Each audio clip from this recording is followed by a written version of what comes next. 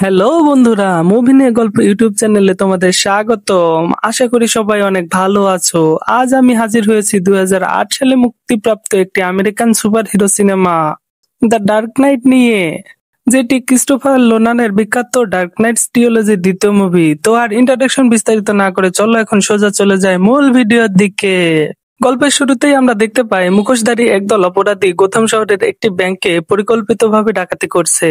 তারা এতটা হিসাবি যে প্রত্যেকে জানে নিজের ভূমিকা কোথায় শেষ হবে আর পরের জনের কাজ কোথা থেকে শুরু হবে। কিন্তু আশ্চর্যের বিষয় হলো, কাজ শেষ হওয়ার সঙ্গে সঙ্গেই তারা নিজেদের সঙ্গীদের একে অপরকে সরিয়ে দিতে থাকে, কারণ তাদের অদ্ভুত নিয়ম।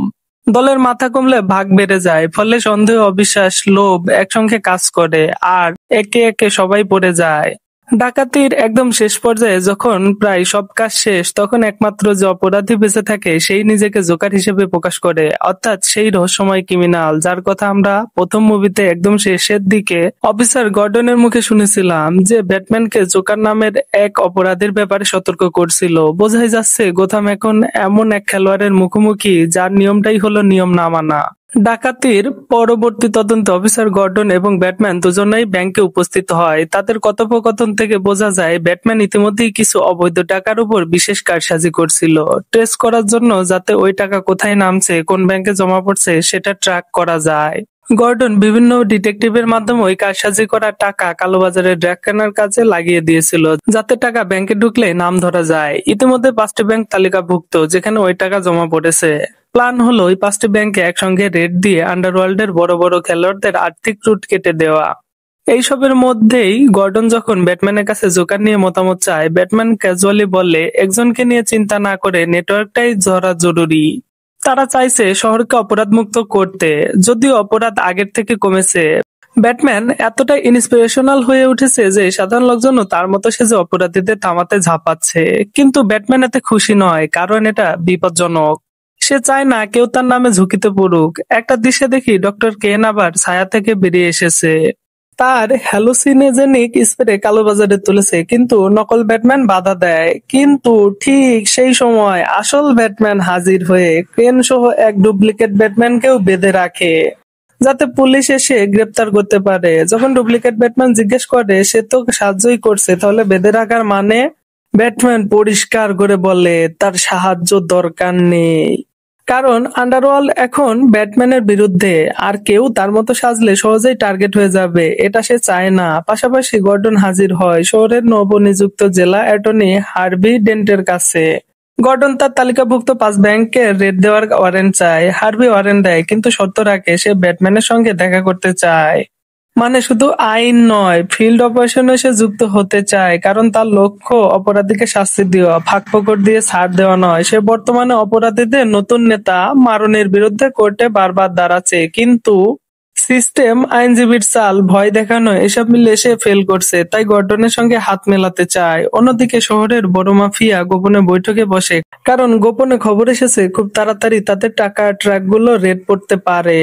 লাউ নামের এক হিসেবি ফাইন্যান্সিয়ার ভিডিও কনফারেন্সে জানায় সব টাকা নিরাপদ জায়গায় সরিয়ে ফেলা হয়েছে। কিন্তু জোকারের প্রসঙ্গ উঠতে মারনি তাকে পাত্তা দিতে চায় না। জোকার নাকি শুধু চোর। ঠিক তখনই জোকার নাটকে এন্ট্রি নিয়ে রুমের এনার্জি বদলে দেয়। তাদের জানায় ব্যাটম্যানের আগমনের পর থেকে তাদের ফ্রি রান শেষ। লাউ নিয়ে সতর্ক করে। ব্যাটম্যান লাউকে ধরতে পারলে টাকাও জব্দ, তাই সে প্রস্তাব দেয় ব্যাটম্যানকে সরিয়ে দেওয়া উচিত। সবাই প্রশ্ন করলে তুমি করছো না কেন? জোকার বলে তার বিখ্যাত লাইন, দক্ষতার কাজ ফ্রিতে নয়, দাম চায় তাদের জমা টাকার অর্ধেক। গাম্বল রেগে উঠলে জোকার জ্যাকেট খুলে দেখায় বেঁধে রাখা গ্রেনেড, যে কেউ কিছু করলে উড়ে যাবে সবাই। ভয় আর তাচ্ছিল্যের মাঝে জোকার একটা জোকার কার্ড রেখে চলে যায়, ভাবার সময় দিয়ে, যেন সবাই ভাবতে পারে। গর্ডনের দল 5 ব্যাংকে রেড দেয়, কিছুই পায় না, কারণ লাউ আগেই টাকা সরিয়ে ফেলেছে। সে হংকং এ গা ঢাকা চীনের আইনের আড়াল থেকে ইউএস পুলিশকে বেঁধে দিচ্ছে। গর্ডন হার্ভি ব্যাটম্যানকে বলে লাউকে ফিরিয়ে আনতে পারলে প্ল্যান সফল হবে। ব্রুস লুসিয়াস ফক্সের সঙ্গে প্ল্যান করে। ফক্স আগে বিল্ডিং এ গিয়ে বিজনেস মিটিং এর অজুহাতে security setup, motion sensor, response time সব বুঝে আসে। রাতে ব্যাটম্যান সিটি স্কাইলাইনের বুক চিরে উড়ে এসে স্কাই হুক স্টাইল এক্সফিল করে সব সিকিউরিটিকে বুড়ো আঙ্গুল দেখিয়ে লাউকে তুলে আনে। গর্ডন লাউকে জেরা করে। 549 অপরাধী গ্রেপ্তার হয় একসঙ্গে। আন্ডারওয়ার্ল্ড পুড়ে যায়। সাথে সাথেই তারা জোকারের শর্ত মেনে নেয়, কিন্তু জোকার প্রথমেই গাম্বলকে সরিয়ে নিজের আধিপত্য দেখায়। এরপর পুলিশ কমিশনার, বিচারক সবাই জোকারের টার্গেটে। এক নকল ব্যাটম্যানের মরদেহ ঝুলিয়ে শহরকে হুঁশিয়ারি, ব্যাটম্যান যতদিন নিজের পরিচয় না দেয় ততদিন প্রতিদিন কেউ না কেউ মরবে। এই অবস্থায় ব্রুস হার্ভিকে সম্মান জানাতে নিজের বাড়িতে পার্টি দেয়। ব্রুসের পুরনো বন্ধু রেচেল এখন হার্ভির সঙ্গে। ব্রুসের মনে জটিল অনুভূতি, কিন্তু হার্ভির মুখে ব্যাটম্যানের প্রশংসা শুনে ব্রুস ধীরে ধীরে বোঝে হার্ভি শহরে প্রয়োজনীয় সাদা নাইট। যদি হার্ভি সফল হয়, হয়তো ব্যাটম্যানের প্রয়োজন কমবে। পার্টিতে জোকার ঢুকে পড়ে। হার্ভিকে খুঁজে না পেয়ে অতিথিদের মধ্যে আতঙ্ক ছড়ায়। এক প্রবীণ ভদ্রলোককে টর্চার করতে চায়। রেচেল প্রতিবাদ করে আর ছুরির ফলায় জোকার তার ভয়ঙ্কর দর্শন শোনায়। ব্যাটম্যান এসে পড়ে। জোকার বন্দুকের নিশানায় রেচেলকে ডাল বানিয়ে অবশেষে রেচেলকে ছাদ থেকে ফেলে দেয়। ব্যাটম্যান লাফ দিয়ে রেচেলকে বাঁচায়। জোকার পালায়, বার্তাটা রেখে যায়। খেলা এখান থেকেই শুরু। গর্ডন গোপন সূত্রে জানতে পারে জোকার মেয়রকে টার্গেট করেছে। কমিশনার লেওবকে বিষ মেশানো ড্রিঙ্ক দিয়ে মেরে ফেলে। বিচারকের গাড়ি বিস্ফোরণ, অর্থাৎ আইন ব্যবস্থায় মাথাটাই কেটে দেওয়ার চেষ্টা। রাষ্ট্রীয় শোকানুষ্ঠানে সশস্ত্র সালামের মধ্যে পুলিশ ইউনিফর্ম চুরি করে ঢুকে পড়ে জোকারের লোকজন। ভিড়, গোলাগুলি, বিশৃঙ্খল মুহূর্ত। গর্ডন নিজের প্রাণ দিয়ে মেয়রকে ঢেকে দেয়। সবাই ভাবে গর্ডন মারা গেছে। শহর ভেঙে পড়তে থাকে। পরে জানা যায় গর্ডনের মৃত্যু ছিল কৌশল, পরিবারকে সুরক্ষিত রাখতে আর জোকারকে ভুল পথে চালাতে। এই বিশৃঙ্খলায় হার্ভি জোকারের এক লোককে ধরে ভয় দেখায়। তার বাবার দেওয়া কয়েন টস করে। কয়েনের দুই দিকে একই সিদ্ধান্ত, সবসময় হার্ভির হাতে। ব্যাটম্যান এসে বলে এভাবে নয়, আর বলে প্রেস কনফারেন্স ডাকো, আমি পরিচয় দেব। হার্ভি চেঁচিয়ে বলে এটা করো না, কিন্তু পরিস্থিতির চাপে প্রেসে ব্যাটম্যান আসার কথা থাকলেও শহরে একটু সময় দেওয়ার জন্য হার্ভি নিজেই ঘোষণা করে আমি ব্যাটম্যান। তাকে গ্রেপ্তার করা হয়। আগের ওয়ারেন্ট সক্রিয়। কনভয় যখন চলছে, জোকার রোড ব্লক, ট্রাক রূপী লঞ্চার দিয়ে আক্রমণ করে। ব্যাটম্যান ট্রাম্বালার থেকে ব্যাটপডে সুইচ করে, ট্রাক উল্টে দেয়। দৃঢ়তা, স্পিড, ট্যাকটিক্স সব একসঙ্গে। শেষে পুলিশের সহায়তায় জোকারকে ধরা হয়। তখন উন্মোচিত হয় গর্ডন বেঁচে আছে, সে নতুন কমিশনার। কিন্তু আসল দুঃস্বপ্ন তখন। হার্ভি আর রেচেলকে দুই আলাদা স্থানে বেঁধে রাখা। টাইম বোম ফুটতে যাচ্ছে, একথা জোকার হাসতে হাসতে জানায়। ব্যাটম্যান রেচেলের ঠিকানায় ছুটে যায়। গর্ডনা যায় হার্ভির দিকে, কিন্তু জোকার ঠিকানাগুলো উল্টে দিয়েছিল। ব্যাটম্যান পৌঁছায় হার্ভির কাছে। গর্ডন রেচেলের কাছে পৌঁছাতে পারে না। বিস্ফোরণে রেচেল মারা যায়। হার্ভির মুখের এক পাশ জ্বলে কালো, শুধু চামড়া নয়, ভিতরের বিশ্বাসও পুড়ে যায়। জোকার এদিকে জেল থেকে বেরিয়ে পড়ে লাউকে নিয়ে। পাহাড় সম কালো টাকা আগুনে পোড়ায়। সে দেখিয়ে দেয় তার লক্ষ্য টাকা নয়, নৈতিকতা ভাঙা, শহরের আত্মাকে টুকরো করা। হাসপাতালে শায়িত হার্ভির কাছে জোকার যায়, সাদা পোশাকে নার্স সেজে। তার যুক্তি, সে কেন প্ল্যান করে না, প্ল্যান করে মাফিয়া, পুলিশ, রাজনীতিকরা। সে শুধু দেখায় প্ল্যানের ভেতরে কত ভণ্ডামি। রেচেলের মৃত্যুর জন্য নাকি সিস্টেমই দায়ী। হার্ভির কয়েন এখন সত্যি দুমুখ। একটা দিক পুরো বিকৃত, যেমন তার নিজের ভিতরটা। সে সিদ্ধান্ত নেয় ন্যায় বিচার হবে টসের বিচারে। জোকারকে সে টসের পর ছেড়ে দেয়। জোকার হাসপাতালে উড়িয়ে দেয়, তবে আগেই গর্ডনের নির্দেশে খালি করা হয়েছিল। তারপর সে ঘোষণা দেয় রাতে বড় কিছু হবে। শহর ছাড়তে চাইলে ব্রিজ নয়, জলপথ ধরো।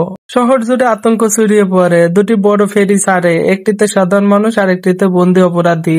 মাঝপথে ফেরি থেমে যায়। লাউড স্পিকারে জোকার জানায় দুটো নৌকাতেই বোমা, আর এক নৌকার ডোনেটর আছে অন্য নৌকায়। নির্দিষ্ট সময়ের মধ্যে একটা নৌকা অন্যটাকে উড়িয়ে না দিলে সময় শেষ হওয়ার সঙ্গে সঙ্গে দুটো নৌকায় উড়ে যাবে। এক কথায় নৈতিকতার ফাইনাল পরীক্ষা। এদিকে বুস্টার কোম্পানির উন্নত সোনার ভিত্তিক ফোন নেটওয়ার্ক ম্যাপিং টুল দিয়ে শহরের প্রতিটা মোবাইল সিগন্যাল একসঙ্গে ব্যবহার করে জোকারের লোকেশন ট্র্যাক করে। লুসিয়ার ফ্রক্স এই সিস্টেম চালায়, তবে এটাকে সে বিপজ্জনক বলে মনে করে। গোপনীয়তার নীতির প্রশ্ন তোলে। ব্রুস বলে এটা একবারে ব্যবহার হবে, এই এক রাতের জন্য। জোকারের লেয়ারে পৌঁছে ব্যাটম্যান বন্দীদের অক্ষত অবস্থায় উদ্ধার করে। জোকারের কুকুর ছাড়া গার্ভ ট্রাপ সব পেরিয়ে যায়। শেষে জোকারকে ঝুলিয়ে দেয়, কিন্তু মারে না। জোকার থেমে থেমে হাসে, আমি জানতাম তুমি আমাকে মারবে না, তুমি তোমার নীতিতে অটল। কিন্তু একজনকে আমি বদলে দিয়েছি, হার্ভি। এই এক কথাই বোঝায় জোকারের প্রকৃত জয় হলো নৈতিকতা ভাঙা।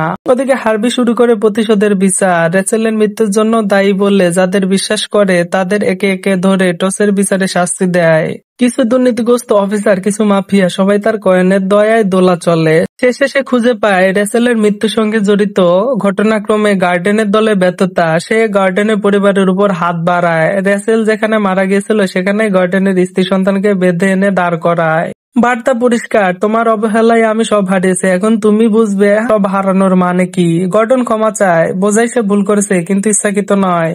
হার্বি শোনে না, তার বিচার এখন টসে। একটা বাচ্চার প্রাণ নির্ভর করে কয়েনের মুখে। ঠিক তখন ব্যাটম্যান এসে উপস্থিত হয়, কঠোর কণ্ঠে বলে এটা করলে জোকার জিতে যাবে। দুজন ধস্তাধস্তি, কাঁচা আলো, ভাঙা মেজ, এক মুহূর্তের ভুল ভর, আর হার্বি উপর থেকে পড়ে যে নিস্তেজ। গর্ডন ভেঙে পড়ে, হোয়াইট নাইট চলে গেছে। ব্যাটম্যান তখন সবচেয়ে কঠিন সিদ্ধান্ত দেয়, হার্বির হিরো ইমেজ বাঁচিয়ে রাখতে হবে।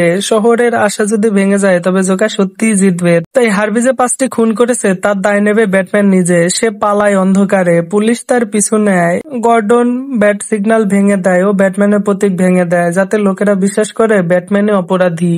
কিন্তু আমরা জানি সে শহরের জন্য নিজের নাম, সম্মান সবকিছু বিসর্জন দিল। সে হিরো নয়, সে প্রয়োজনীয় ডার্ক নাইট। এই সিনেমার আলাদা জাদু এখানে। ভিলেনের লক্ষ্য টাকা নয়, বিশৃঙ্খলা। সে মানুষের বিবেককে চ্যালেঞ্জ করে, আমাদের শেখানো ন্যায় অন্যায়ের বর্ডার লাইন নাড়িয়ে দেয়। ব্যাটম্যান আর জোকার একে অন্যের বিপরীতমুখী শক্তি। একজন নিয়মের দেয়ালে দাঁড়ায়, আর একজন নিয়মের দেয়াল ভাঙতে আনন্দ পায়। হার্বির ট্র্যাজেডি দেখায় ন্যায় বিচার আর প্রতিশোধের সূক্ষ্ম ফাঁকটা কত বিপজ্জনক। প্রতিটা ডায়লগ, প্রতিটা দৃশ্যের থিম লুকিয়ে। এই মুভি ক্লিপস দেখে বোঝা যায় না, পুরোটা দেখলে গভীরতা ধরা পড়ে।